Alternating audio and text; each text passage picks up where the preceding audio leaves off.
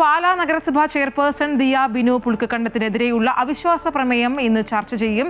രാവിലെ 11-ന് നഗരസഭാ കൗൺസിൽ ഹാളിലാണ് ചർച്ച. അവിശ്വാസ പ്രമേയ അവതരണത്തിൽ പങ്കെടുക്കരുതെന്ന് നിർദ്ദേശിച്ച് കോൺഗ്രസ് കൗൺസിലർമാർക്ക് പാർട്ടി വിപ്പ് നൽകിയിട്ടുണ്ട്. ചെയർപേഴ്സന്റെയും സ്വതന്ത്ര കൂട്ടായ്മയുടെ നിലപാടുകളിൽ കടുത്ത എതിർപ്പുള്ള കോൺഗ്രസ് കൗൺസിലർമാർ വിപ്പ് അംഗീകരിച്ച് വിട്ടുനിൽക്കുമോ എന്ന കാര്യത്തിൽ വ്യക്തത വരുത്തിയിട്ടില്ല. അവിശ്വാസ പ്രമേയം വിജയിക്കുമെന്നാണ് പ്രതിപക്ഷം അവകാശപ്പെടുന്നത്. കൂടുതൽ വിശദാംശങ്ങളുമായി കോട്ടയത്ത് നിന്നും പ്രശാന്ത് ജോസഫ് ചേരുകയാണ്. Prashanth, good morning. പക്ഷേ പാലയിൽ അത്ര നല്ല സാഹചര്യമല്ല. അവിടെ എന്ത് നാടകീയമായ സംഭവ വികാസങ്ങളാണ് നടക്കുന്നത്. ക്ലൈമാക്സിൽ എന്താകും? ദിയ ഇറങ്ങേണ്ടി വരുമോ? തീർച്ചയായും ഐശ്വര്യ, രാജ്യത്തെ തന്നെ ഏറ്റവും പ്രായം കുറഞ്ഞ ചെയർപേഴ്സണാണ് പാലാ നഗരസഭയിൽ ഇപ്പോഴുള്ള ദിയ ബിനു പുളിക്കക്കണ്ടം.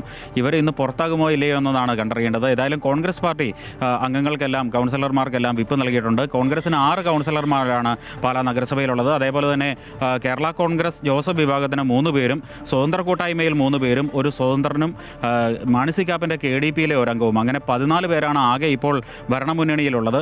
പ്രതിപക്ഷത്തിനാകട്ടെ ആകെ LDF-ന് ആകെ 12 പേരാണ് ഉള്ളത്. ഏതായാലും പ്രതിപക്ഷം ഒറ്റക്കെട്ടായി തന്നെയാണ് നിൽക്കുന്നത്. എന്നാൽ ഈ ഭരണപക്ഷത്തു നിന്നും ആരുടെയെങ്കിലും ഒക്കെ പിന്തുണ ലഭിക്കുമെന്ന ഒരു പ്രതീക്ഷ ഇപ്പോഴും LDF-നുണ്ട്. കാരണം ഈ കഴിഞ്ഞ നാളുകളിൽ വലിയ വിവാദമായി മാറിയിരുന്ന ചില തർക്കങ്ങൾ പാലയിൽ നടന്നിരുന്നു. അത് പാലാ കൊട്ടാരമരത്തെ ഓട്ടോറിക്ഷ സ്റ്റാൻഡുമായി ബന്ധപ്പെട്ടും അതിന് പിന്നാലെ DYFIയുടെ ജില്ലാ സമ്മേളനത്തിന് പാലാ കൊട്ടാരമരം ബസ് സ്റ്റാൻഡിൽ വേദി അനുവദിക്കുന്നതുമായി ഒക്കെ ബന്ധപ്പെട്ട ചില തർക്കങ്ങളാണ്. ഇതിൻ്റെ പേരിൽ ഭരണപക്ഷത്തെ തന്നെ, അതായത് കോൺഗ്രസിലെ കൗൺസിലർ ബിജു മാത്യൂസും അതേപോലെ സ്വതന്ത്ര കൂട്ടായ്മയിലെ കൗൺസിലറായ ബിനു പുളിക്കക്കണ്ടവും തമ്മിൽ ചില വഴക്കുകൾ ഉണ്ടാവുകയും അത് കയ്യേറ്റത്തിലേക്ക് എത്തുന്ന ഒരു സാഹചര്യം ഉണ്ടാവുകയും പരാതികൾ നൽകുകയും അതേ തുടർന്ന് ചെയർപേഴ്സൻ്റെ ക്യാബിനിൽ നിന്ന് വാച്ചും ഫയലും ഒക്കെ മോഷണം പോയെന്ന് പരാതികൾ ഉയരുകയും ഒക്കെ ചെയ്തു. അങ്ങനെയാണ് വലിയ വിവാദങ്ങൾ പാലായിൽ ഉണ്ടായത്. അതേ തുടർന്ന് ഉള്ള ചില കേസുകളും ഒക്കെ ഇപ്പോഴും നിലനിൽക്കുകയാണ്. ഈ ഒരു സാഹചര്യത്തിലാണ് ഏതായാലും ചെയർപേഴ്സണെയും സ്വതന്ത്ര കൂട്ടായ്മയിലെ അംഗമാണ് ചെയർപേഴ്സൺ.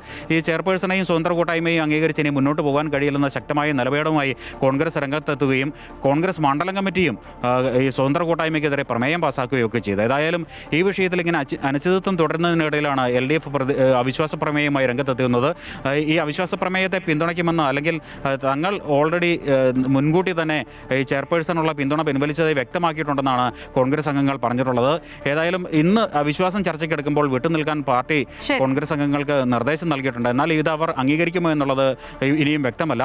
അവർ വിട്ടുനിന്ന് കഴിഞ്ഞാൽ അവിശ്വാസം പാസ്സാകില്ല. കോറം തികയാതെ UDF പൂർണ്ണമായും വിട്ടുനിന്ന് കഴിഞ്ഞാൽ കോറം തികയാതെ അവിശ്വാസ പ്രമേയം ചർച്ചയ്ക്കെടുക്കാൻ കഴിയാത്ത ഒരു സാഹചര്യം ഉണ്ടാകും. ഏതാനും മണിക്കൂറുകൾക്കുള്ളിൽ ഐശ്വര്യ പറഞ്ഞതുപോലെ തന്നെ പാലായിൽ എന്തായി തീരുമെന്ന് അറിയാൻ കഴിയും. പാലായ്ക്ക് ഇന്നൊരു ശുഭദിനം തന്നെയാണോ എന്ന് തിരിച്ചറിയാൻ കഴിയും.